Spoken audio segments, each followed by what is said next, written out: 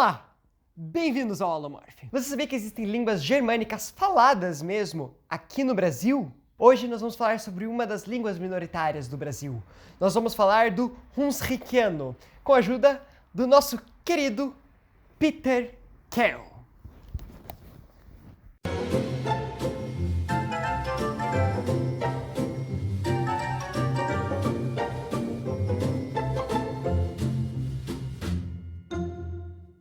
Olá, Peter! Então vamos lá conhecer um pouco do Hunsrückiano. Olá, muito obrigado primeiro pelo convite para participar do canal. Sou muito fã do Holomorph e acompanho desde o primeiro vídeo, eu acho. Eu que agradeço. Somos todos seus fãs também. Muito obrigado. Bom, então vou falar um pouquinho do Hunsrückiano, né? Isso é uma bandeira que eu mesmo criei para o Hunsrückiano e que meio que o pessoal por aí na internet acabou adotando. Eu já vi em vários locais, quando falam Hunsrückiano, acabam usando essa bandeira. Que eu basicamente criei juntando a bandeira do Rio Grande do Sul, que é onde a maior parte dos falantes se encontra, e onde os imigrantes chegaram, né? E o brasão da região, do estado da Renânia-Palatinado, da Alemanha, de onde o Hunsrückiano veio, né? Então, para começar, o que é o Hunsrückiano? Como é que tu responderia isso, Victor, se alguém te perguntasse? Eu diria que é uma língua de imigração de origem alemã, uma língua germânica. Até onde eu sei que tem umas... conheço os fenômenos fonológicos um pouco diferentes que eu já li sobre, mas em termos de quão inteligível ele é com outras variedades e tal, eu não faço ideia. Certo, então isso é uma variedade de alemão, né, que o nome vem da região de onde ele é originário, que é a região do Hunsrück, na Alemanha, marcada aqui no mapa por essa área vermelha, que fica então aqui no oeste da Alemanha, na divisa com Luxemburgo e a França, na região que hoje em dia é o estado da Renânia-Palatinado, Rhineland-Pfalz da Alemanha, né? O Hunsrück é o nome de uma cadeia de montanhas que passa nessa região, né? A origem do nome Hunsrück é meio duvidosa, ninguém sabe exatamente o que é. Alguns acham que o Huns tem alguma coisa a ver com os hunos, outros que vem de Hund, cão, e o Rück supostamente é costas e teria uma relação relacionando tipo, a cadeia de montanhas com uma coluna vertebral, as costas de algum animal. Mas ninguém tem exata certeza da origem do nome mesmo. Mas existem variações do nome, pelo menos da língua de Hunsrückisch, que falam Hunspucklich, sendo que Puckel é outra palavra para costas. Então isso também ajuda a dar mais ideia de que realmente tem uma coisa a ver com isso, com costas. Ou etimologia popular, né? Que daí contamina a palavra. Isso, é. Então, aqui se a gente vê esse outro mapa de como as línguas germânicas ocidentais se dividem na região continental, então, da Europa. A gente vê aqui, então, de novo marcado a região do Hunsrück.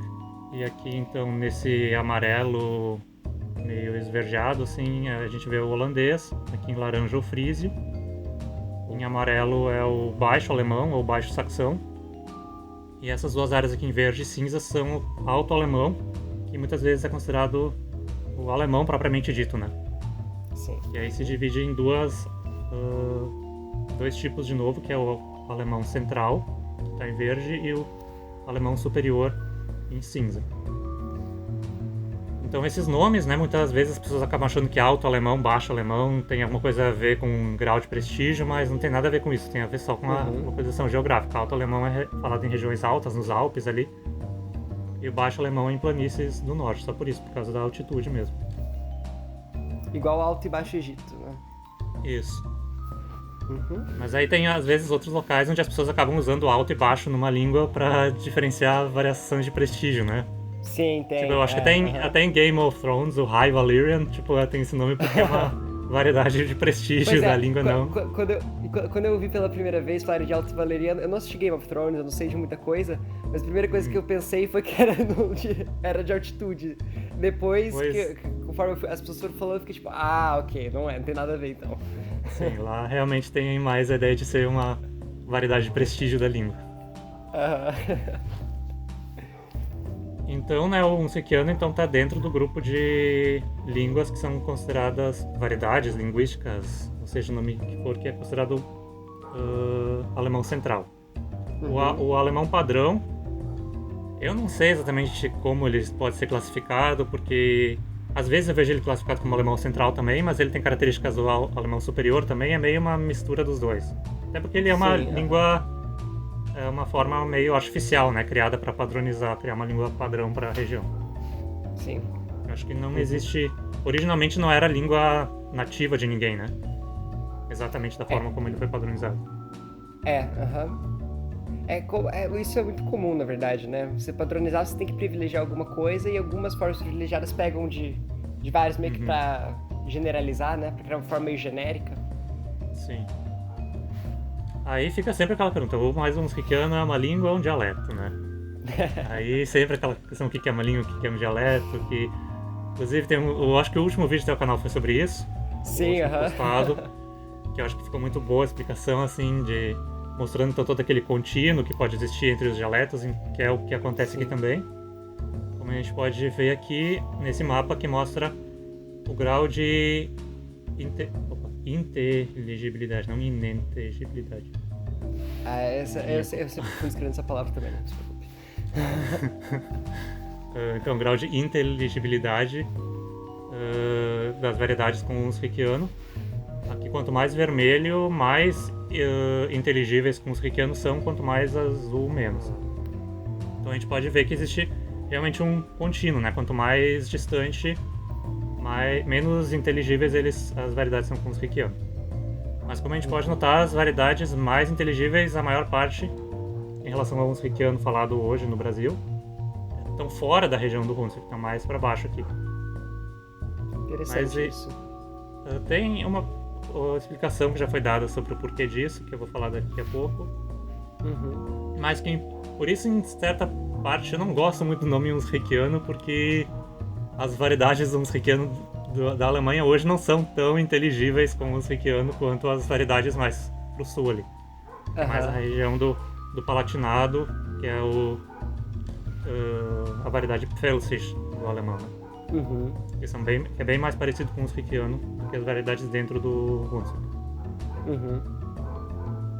Mas então fica aquela coisa, né? Tipo, se a gente considerar uma língua separada, onde fica o limite entre o Hunsikiano e outras línguas? Se considerar um dialeto, também é a mesma coisa, onde fica o limite entre esse dialeto e outros?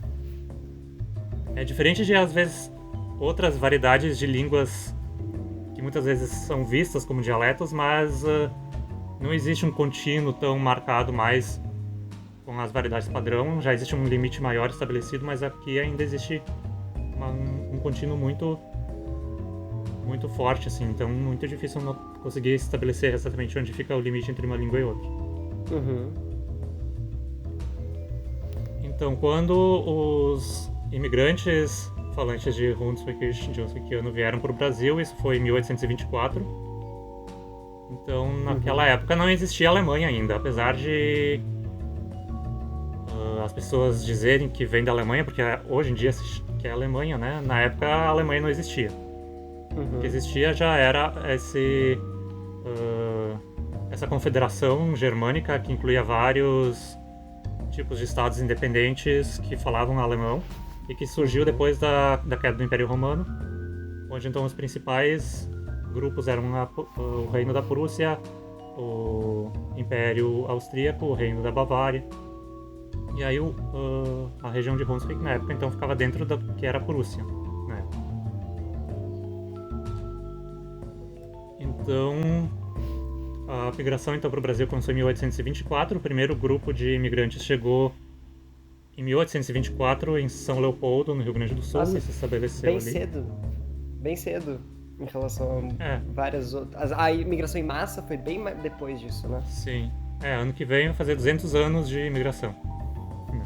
Nossa. Aí, então eles se estabeleceram em São Leopoldo. Depois teve uma segunda colônia, uma segunda vinda em 1829, que formou uma colônia em São Pedro de Alcântara, em Santa Catarina, e em Rio Negro, no Paraná. Mas no Paraná, aparentemente, o Onsequiano não sobreviveu e as colônias absorveram o português completamente e abandonaram a língua nativa. Depois, em 1846, veio mais um grupo que se estabeleceu em Domingos Martins, no Espírito Santo. Então, a partir disso, são considerados hoje em dia 3 tipos de onsequiano falados no Brasil: onsequiano rio-grandense, catarinense e espírito-santense. Mas eu nunca tive muito contato com essas variedades de Santa Catarina e Espírito Santo, mas pelo pouco assim que eu já vi de falantes, a do Espírito Santo é muito parecida com a do Rio Grande do Sul, mas a de Santa Catarina é muito diferente. Pra mim, nem parece um onsequiano aquilo, eu acho que parece mais uns dialetos tipo hessiano, mais da região de Hesse, ali da Alemanha, do que da Renânia-Palatinado. As vogais são muito estranhas, é bem difícil entender o que eles falam. Pra mim não parece realmente que faria sentido considerar o que falam ali como onsequiano.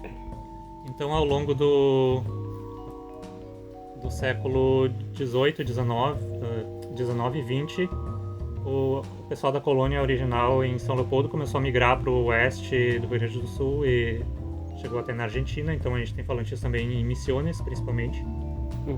Depois começaram a migrar para o norte, para o oeste de Santa Catarina, oeste do Paraná, Paraguai, Mato Grosso do Sul e Mato Grosso.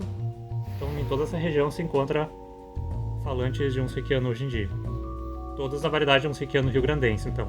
Tipo, em Santa Catarina, a região do oeste de Santa Catarina se fala onsequiano rio-grandense, não catarinense. Catarinense é só realmente no leste, em alguns povoados bem pequenos. Aí a quantidade de falantes de onsequiano, eu já vi, assim, estimativas de que seriam entre 2 e 3 milhões de falantes. Mas eu não sei exatamente de onde veio essa fonte. Tipo, na Wikipédia eu acho que diz que a fonte é o Omniglot, e no Omniglot diz que a fonte é a Wikipédia, umas coisas assim. Um cita o outro e ninguém sabe de onde veio a fonte. Cadê o IBGE? E eu não sei se chegaria a 3 milhões, pra mim parece um pouco exagerado, mas quem sabe uns 2 milhões sim, porque realmente ainda tem muitos falantes aqui na região, principalmente no Rio Grande do Sul, no Vale dos Sinos, aqui, que é a região original. Em algumas regiões próximas, ali para o oeste de Santa Catarina, norte do Rio Grande do Sul, também tem muitos falantes. Já vi também muitos falantes do Paraguai, então eu acho que pode realmente talvez chegar a uns 2 milhões. E se fosse isso mesmo, ela seria a língua de imigração mais falada no país depois do português, né? Com o número de falantes. Sim, mais que o Vêneto, né? Só que é estranho assim porque ela é uma língua bem pouco popular, a maioria das pessoas nunca ouviu falar de onsequiano, né? Enquanto o Vêneto ou o Pomerano, todo mundo sabe que o Pomerano tem muitos poucos falantes comparado com o onsequiano, mas todo mundo ouviu falar. Sim, é verdade. Aí eu acho que em parte talvez é porque o onsequiano é mais identificado como alemão mesmo, então muitas vezes as pessoas simplesmente acham que é alemão, né? Os falantes mesmo, muitas vezes, não sabem que a língua se chama onsequiano, simplesmente acham que falam um alemão quebrado, um alemão que não é o padrão, algo assim. A mesma coisa acontece com o Vêneto. Acho que o italiano, nossa, fala italiano dos imigrantes, né? Enfim, sim. Até se chamava de Taian, né? Italiano. Sim, Aí eu acho que por isso, em parte, o pomerano é mais conhecido porque ele se identifica mais como uma língua separada do alemão. E ele realmente é uma variedade bem mais diferente, porque é uma variedade de baixo alemão, não de alto alemão. Sim, saxão. Então, eles também vieram de uma região que não era da Alemanha, né? Pomerânia, de onde eles vieram, era principalmente Polônia, né? Polônia. Então, acho que eles nunca se identificaram muito como alemães também, diferente dos falantes de onsequiano. Aí a gente também tem muitas outras variedades de alemão faladas no Brasil, né? Tipo, em Blumenau, que é uma cidade bem famosa, se fala um alemão que não é onsequiano. Muitas vezes é considerado alemão padrão, mas não é alemão padrão também. Parece um alemão padrão meio onsequianizado, assim. Tem umas umas partes gramaticais e fonológicas mais parecidas com o musriquiano, mas tipo, não tem vogais redondas, que nem o musriquiano também não tem, mas os ditongos são muito mais parecidos com os do alemão padrão ainda. Que interessante. Que eu não sei exatamente como se classifica aquela variedade de Blumenau. Eu já vi em alguns, às vezes, dicionários de alemão mesmo, da Alemanha, que mostram variações dialetais, que eles mostram um dialeto brasileiro com o nome de Catarinerisch, ou algo assim. E daí eu imagino que talvez seja esse dialeto de Blumenau. Justo, faz sentido. Depois, mais tarde, começaram a chegar mais imigrantes ao longo do século final do século XIX, começo do século XX, no Rio Grande do Sul, que foram fortalecendo as colônias. Só que muitas vezes esses falantes não vinham do Hunsrück necessariamente, não falavam outros tipos de alemão. Então, isso começou, em parte, fez o Hunsrück começar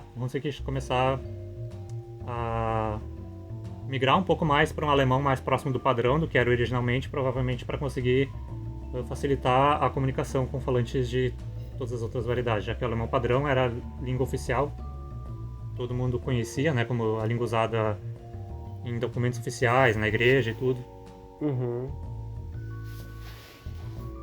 Então aqui, voltando à região onde o Hunsrück tinha falado, originalmente, se a gente der um zoom aqui no mapa, onde fica a região de Hunsrück, a gente vê que ela ocupa uma região formada por dois grupos de dialetos, o marcado em 22 e 24 aqui. O 22 são os dialetos chamados de frâncico-moselano ou francônio-moselano, e o 24 os dialetos chamados de frâncico-renano ou francônio-renano. Então existem certas diferenças entre esses dois dialetos, então o hunsrückiano no Brasil aqui tem falantes que falam uma forma mais moselana, outras uma forma mais renana. Então não é uma língua homogênea, assim, você poderia dizer que tem dialetos diferentes ainda aqui dentro mesmo, né? Então, quando a gente vê aqui, de novo esse mapa de grau de inteligibilidade, como hoje em dia essa região mais ao sul aqui, que é mais renana, é mais inteligível do que a região moselana, com o hunsrückiano, como falado no Rio Grande do Sul, é porque as versões renanas são um pouco mais próximas do alemão padrão. Então, provavelmente por isso elas foram mais selecionadas assim para comunicação. Então, por isso o hunsrückiano hoje em dia no Rio Grande do Sul migrou para uma forma mais renana do que era originalmente. Por isso ele tem maior inteligibilidade com essas variedades mais bem renanas aqui do que com as moselanas. Entendi. Essa foi a primeira parte do par de vídeos sobre o hunsrückiano. Na quarta-feira nós teremos a parte 2, em que nós falaremos de características. Então, não perca por nada. E enquanto o vídeo não chega, assista o vídeo sobre a variante de alemão de Tirol do Sul. Com certeza você vai gostar muito também, ela é muito diferente. E se você gostou desse vídeo, curte-o, compartilha nas redes sociais, segue também o Alomorph nas redes sociais, comenta qualquer coisa aí embaixo, qualquer sugestão, qualquer dúvida. E como sempre, salve!